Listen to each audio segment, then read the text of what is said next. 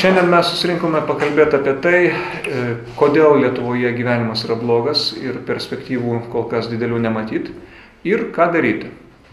Mes, Socialistinio liaudies fronto nariai, galvojame, kad dėl susikloščiusios padėties Lietuvoje, dėl emigracijos, dėl skurdo, daugiausiai kalti valdantieji, kurie yra marionetės. Jie yra marionetės stambių pinigų, stambaus kapitalo. Realiai Kubilius, Degutienė, iš dalies netgi ir Grybauskaitė, jie nelemia. Lemia tie, kas turi realią valdžią, tai yra stambius pinigus, stambų kapitalą, stambę nuosavybę. Štai yra šaknis mūsų problemų. Tarptų žmonių yra įvairiausių, deja, tenai yra daug ir nesąžiningų žmonių, kurie per 20 metų prisivogė daug, prichvatizavo. Ir nesąžiningumo laipsnis yra labai didelis. Normalų žmonės jų vietoje savo turtų dalintųsi per mokesčius, per kitus mechanizmus, tačiau jie to nedaro. Ir jų statytiniai, Kubilius, kaip minėjau, visi buvę ir esami premjerai, įvairios partijos, irgi nieko nedaro, kad skurdo Lietuvoje mažėtų. Ką daryti?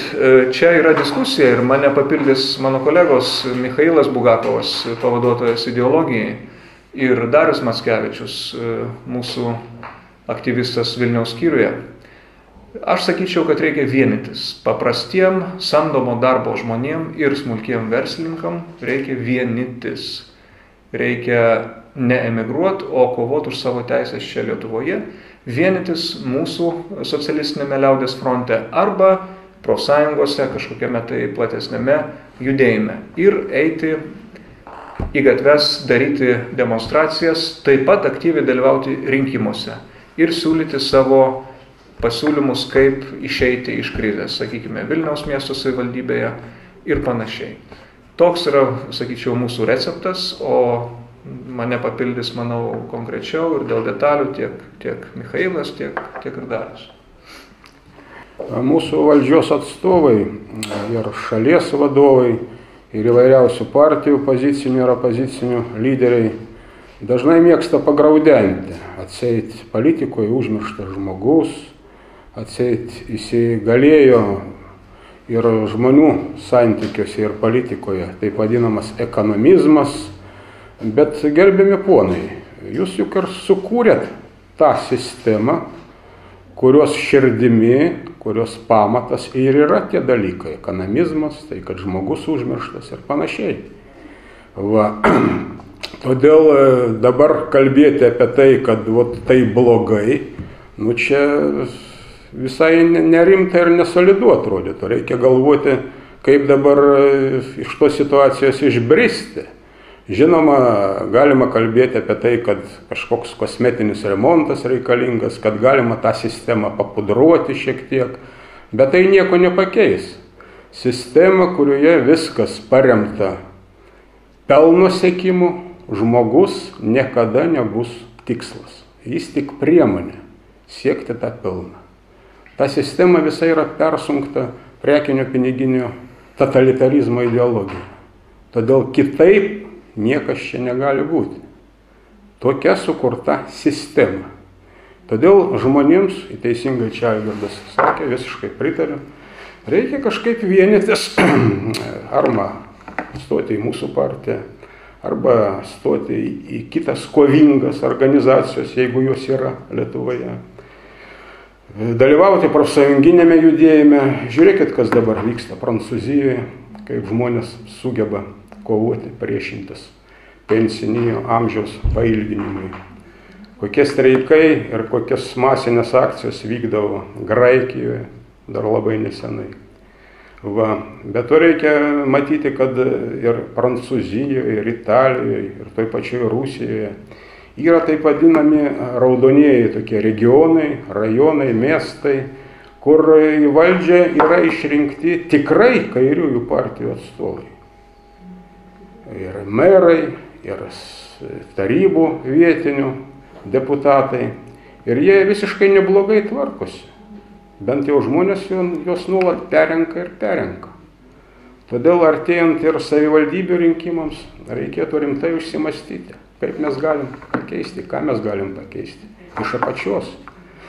Ukmergės pavyzdys, kur vietinė savivaldybė sugrąžino komunalinį ūkį savo nusavybėm, parodo, kad galima kažką tai keisti. Ir reikia mėginti tai keisti, nekentėti, neemigruoti. Matot, kas su kainom darosi, kas dar artėjant prasidėjo šildymo sezonas, bet jau žada, kad ir po naujų metų kainos už elektrą kils ir panašiai, ir panašiai.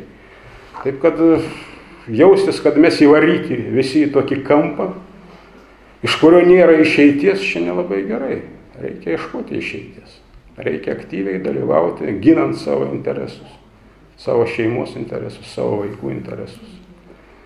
Galų gale niekas už mūsų darbo nepadarys. Kalbant apie tai, kaip suvienyti tautą, turbūt reikėtų užduoti. Kalbant apie tai, kaip suvienyti tautą, turbūt reikėtų užduoti klausimą, kasgi jas skaldo. Būtent mūsų vienybė yra nenaudinga oligarcham, stambiam kapitalui, kuris nori mūsų įtakoti. Ir jiem vieningi žmonės yra nereikalingi. Mes galim, kaip pavyzdį, paimti Maksimo ar stambių, tarkim, prekybos centrų veiklą ir visus bandymus įkurti profesinės sąjungas ar organizacijas atstovaujančias ten dirbančius darbuotojus. Tai vat, visi tie bandymai buvo bergždžiai, nepavyko. Dėl to būtent susiskaldymas tautos yra jų priemonė siekti pelnam ir toliau valdyti, kontroliuoti valstybę. Taip pat įtaką labai didelę padaro ir masinės informavimo priemonės. Juk jos formuoja mūsų pažiūras, jos formuoja gyventojų pasirinkimą rinkimų metu ir faktiškai, kada yra renkami kandidatai arba balsuojama už atitinkamas partijas, tai būtent šitus nugalėtojus ir suformuoja ir išrenka žiniasklaidos priemonės, dėl ko jos labai yra svarbios turtingiam, reiškia, šitiem kapitalistam arba tiem patiem, reiškia, stambiom politiniam partijom. Ir žinoma, televizija įtakoja taip pat stambus kapitalas, taip pat finansai, taip pat pinigai, tai yra verslas, o verslas turi nešti pelną. Ir per atitinkamas laidas, tai yra ir greunama visuomeniai moraliniai įsitikinimai, moralinės dogmos ir taip pat, reiškia, būtent skaldoma visuomenė ir atskiros visuomenės grupės yra supriešinamos. Atsiranda priešprieša, neapykanta vienas kitam, pradeda žmonės save dalinti į partinius visuomeninius, reiškiasi įvairių pažiūrų žmonės ir, kitaip tariant, bendros kalbos nesuranda. Tai tiek.